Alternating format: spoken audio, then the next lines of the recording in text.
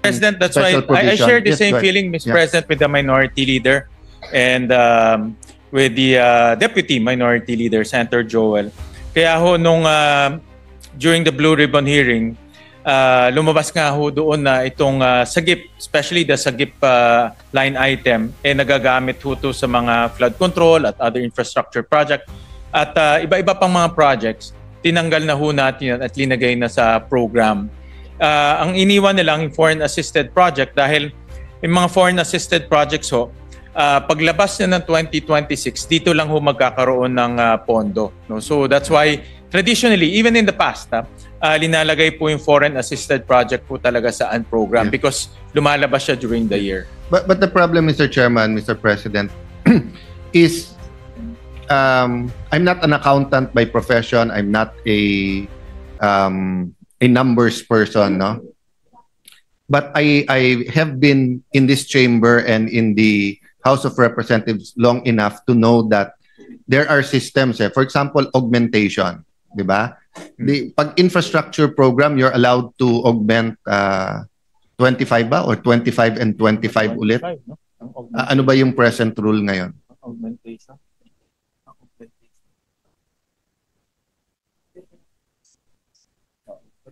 Ceiling. So, we don't have to say the exact amount, but I'll give you an example, no? Yeah. So, kung may unprogrammed tayo 170 billion, magkasobrang pera, and then meron, let's say, flood control na 1 billion, without anyone knowing it, of course, it's in the reports, pero napakaraming report ngayon, ang hirap bantayan lahat. Pwede ka maglagay ng 250 million na may alam lang yung agency at saka DBM.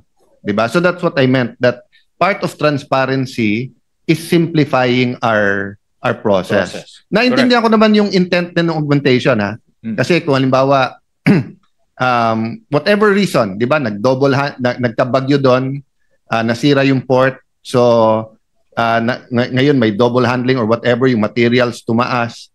So 5% na lang tapos na yung project, hihintayin mo pa ba yung next budget cycle bago mo tapusin? So hindi masama per se yung augmentation. But I'm saying if you have a combination of loans that we will find out. Remember my point about the loans, no? When we borrow money, Congress doesn't know until the year after or until we start paying for it. So we're talking about a 6.7 trillion budget, di ba? Now, but in reality, I don't know how much we're borrowing next year. In reality, it could be 20 billion, it could be 300 billion. It could be 500 billion. So in reality, the interplay of all of these funds juggling from one to ang hirap bantayan. Yes, tama ho kayo. And let me just put this on the record because I feel strongly about this. Nung araw kasi may referee. Halimbawa, investigative journalism o kaya yung sa media, iimbitahin yung expert. Ngayon, it's more of doubling down on what you assert, whether tama't hindi. And maraming influencers are disguised as political analyst or nasa media. Hindi ko nilalahat, ha. Siyempre yung ating main traditional radio, whether it's Bombo, RMN, DZRH, di ba? Our main stations, GMA7, etc. I'm not talking about per se our traditional media. I'm talking about yung atmosphere natin ngayon, 'di ba? So ang daling baliin ang truth at ang daling tanggalin yung transparency kung complicated yung systems natin, 'di ba? So if there's only one way na lalabas yung pondo, program, that's pero may program tapos merong augmentation, tapos meron din basta sa executive department, 'di ba? The Constitution allows the president to move around some funds. Around savings. Yes, arouse and savings, moving target din yung definition. Kasi the DBM can actually say, hindi na maganda tong project na to, walag ng tuloy, magiging savings na iyon, di ba? Of course, binabantayan ko rin yung announcement ni Secretary Vince na mataas ang DUPA, so bababa dapat ang presyo ng lahat ng infra. So if we keep it that way, he'll have a lot of savings.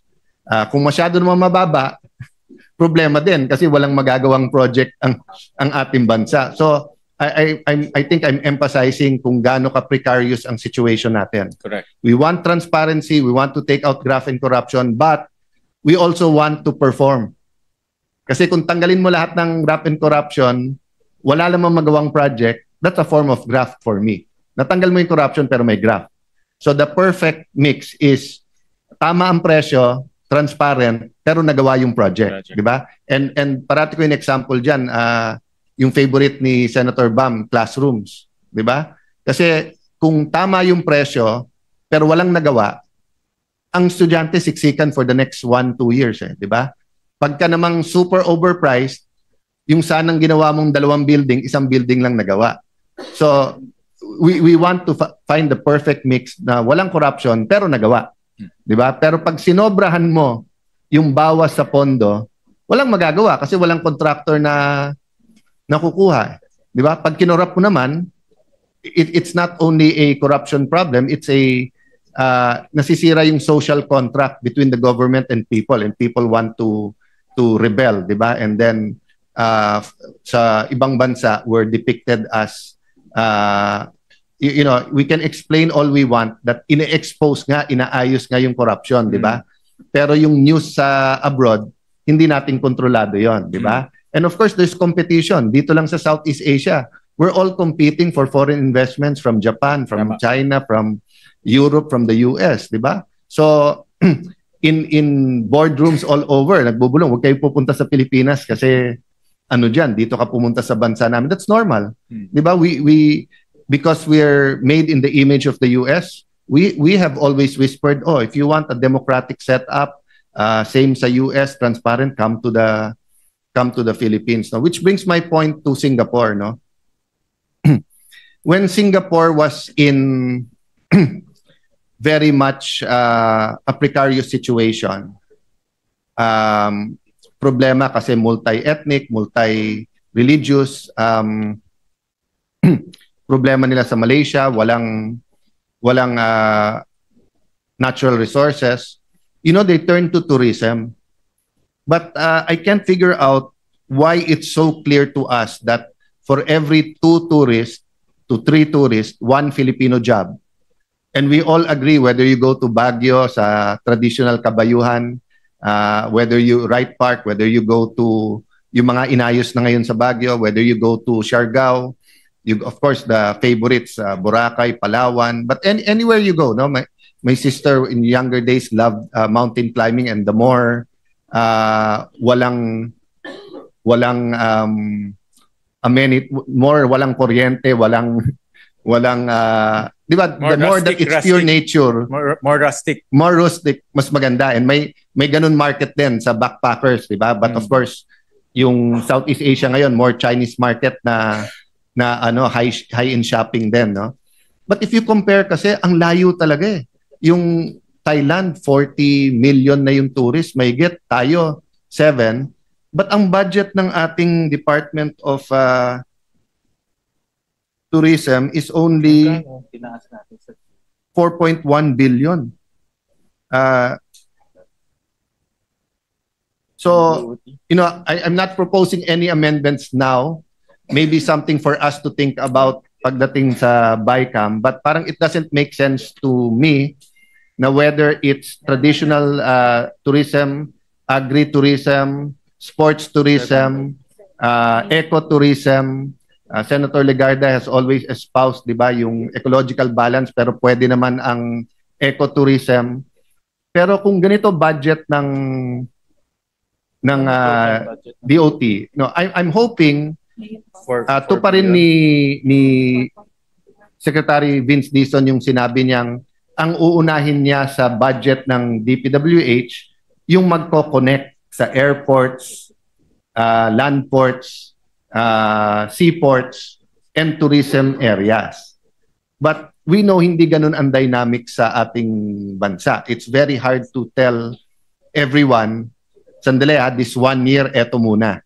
Kasi everyone has their pet projects. And hindi ko minamaliit yung may sports complex. Kasi sabi mo sa bata, wag mag-drugs, wala naman sports complex, di ba? Or sa mga magsasaka na halos hindi mag-exist, di ba? Whether it's solar dryers or whatever, mahirap ganon. But without prioritizing and with a budget of only 4.1 billion, I really don't see, and then with our present stance, which is going towards the US, mas malayo sa ating kasi ang Europe. So Thailand sila. Ang Indian, napakarami din pera, pero they're further than us. So with the present atmosphere with the Chinese, ang pag-asa natin na lumaki yung ating tourism is the Japanese, Koreans, Southeast Asia. Yes, and then hopefully you have 6 million PhilAms. You have 10 million OFWs abroad. Umuwi lang ng once a year yon, magsama lang ng isang boss nila. That's another 10 million tourists. Pero paano magagawa yon kung ang budget ng tourism ay budget ng isang congressional district? Actually, I share the same sentiment, Mr. President, na low-hanging fruit ho talaga ang tourism. At kahit na may challenges ho tayo sa Chinese market, tuloy-tuloy pa rin yung pagpunta ng Japanese market, ng Korean market. One on-top market nakikita ko is Australia dahil medyo malapit-lapit sa atin, no? Malapit-lapit at high income. So yun po yung mga markets na pwede nating matap outside of China, Mr. President. May I know whether we are restoring all of the funds for PhilHealth and magkano yon? Because I know for a fact that Senator Pia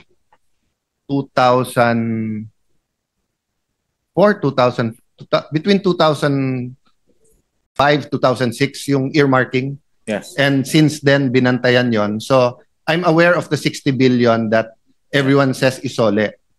But I think if you do all the computations ng mga earmarking, much more than that ang dapat ibigay ng gobyerno sa PhilHealth. May I know what's the amount na dapat ibigay sa PhilHealth and how much we are giving to PhilHealth? If I'm not mistaken, natatandaan ko sa presentation ni Senator Pia, it's about 200 billion?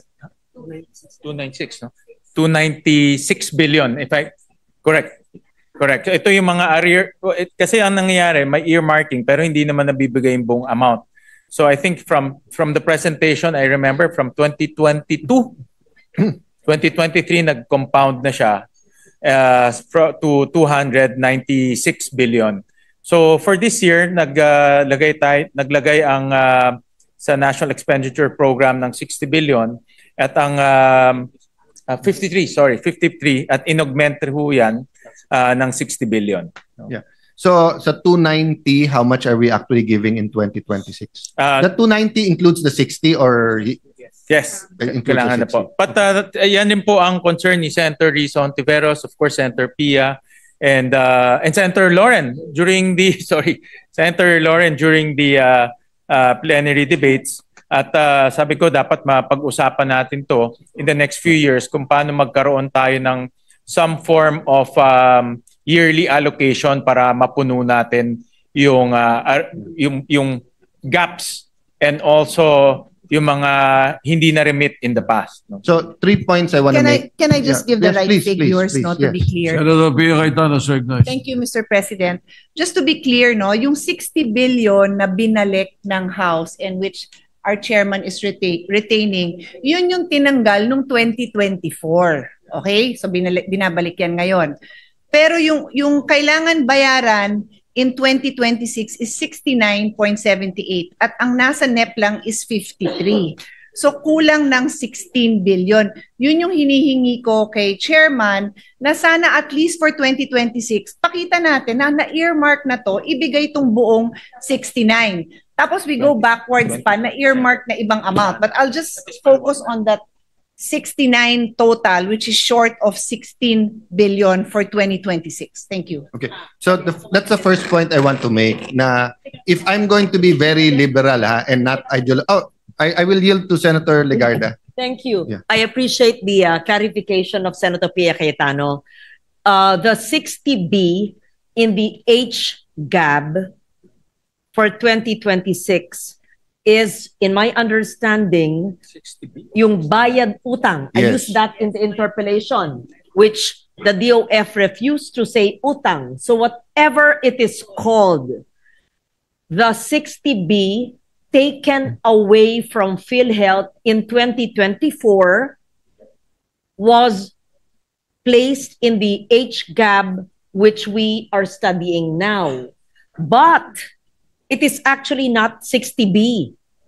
The DOF in 2024 got, what is the exact amount? More than 60B because the Supreme Court did a TRO on the remaining funds. It's 80 plus. Give me exact. 89. Ayun, galing yung prompter. Yes, 89 na TRO yung balanse, kaya hindi na nakuha. Pero yung 60B, nakuha. That is why I asked the DOH or PhilHealth to give us a liquidation of where they put this. Did they actually put it in health-related expenses or in flood control or in infrastructure? Infrastructure for hospitals, yes, or health facilities. It was still unclear in the interpellations. Yes. So in the coming year, they owe it to us and to the Filipino people that they explain where they put the 60B. And I hope, and thank you to the chair, that he retained the 60B. That's only 2024. Senator Pia Cayetano is correct in saying that we, meaning Senate and the House, owe the Filipino people and PhilHealth the amount allocated in the NEP of 2025. Yes. It was in the HGAB. It was in the GAA.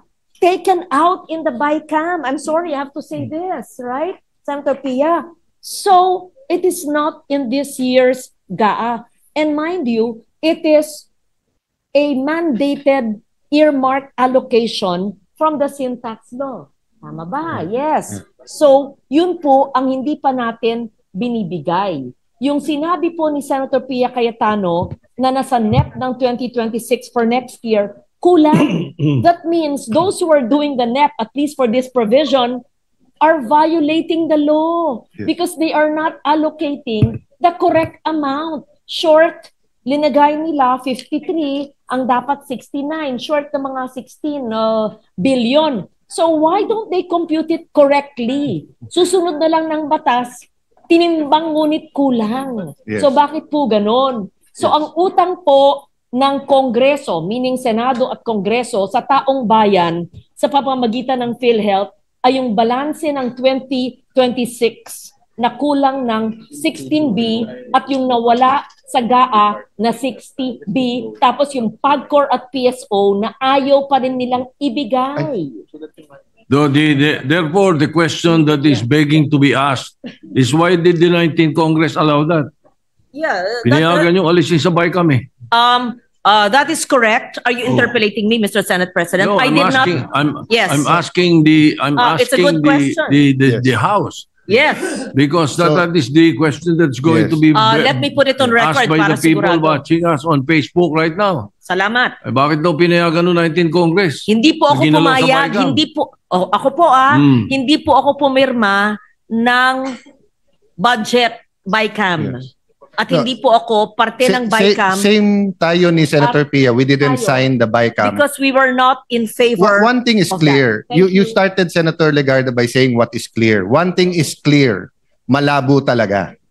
Yun ang clear. Pag tinatanong natin ang DOH para luminaw, lalong lumalabo. Di ba? Okay. Not only in PhilHealth. They have 34 billion for HPEP. They said, mas priority nila yung grassroots, yung primary healthcare. Nung tinanong ko, magkano budget sa 34 for primary? 4 billion. Magkano sa secondary, tertiary? 30 billion. So malabo, di ba? Kasi sabi mo, priority yung Pero hindi primary. naman nilalagay ang pondo. Same thing sa PhilHealth.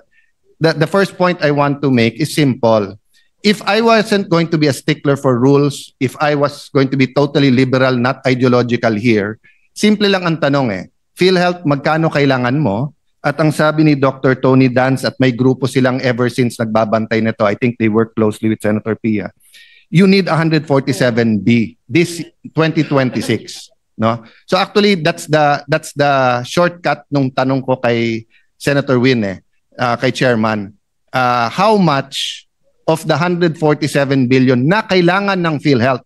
Remember, PhilHealth promised that by February tapos na yung kanilang bagong survey. So hopefully yung no or zero billing matupad. Let me just point out, Mr. Chairman, because not everyone was here noon, no? PhilHealth and the Secretary Herbosa was pointing out Thailand and US. Ito ang kaibahan ng Thailand, US at Pilipinas.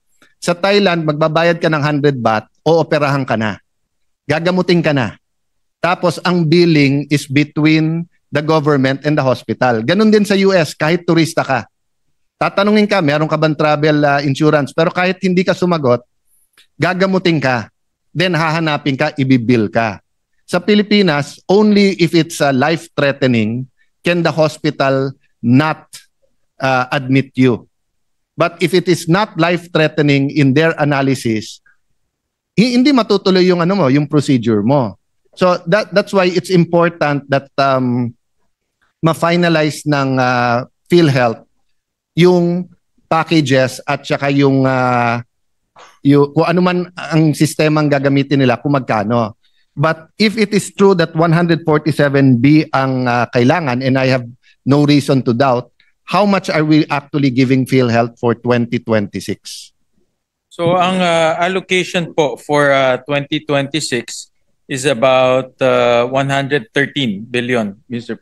President. And just to join the conversation, talaga hong based doon sa syntax law, may mga shortfalls yung pagre-remit ho sa PhilHealth. And I talked to Senator Pia, Senator Risa, and Senator Lauren na next year, 2027, let's come up with a payment scheme or payment plan na every year mabayaran na itong shortfall.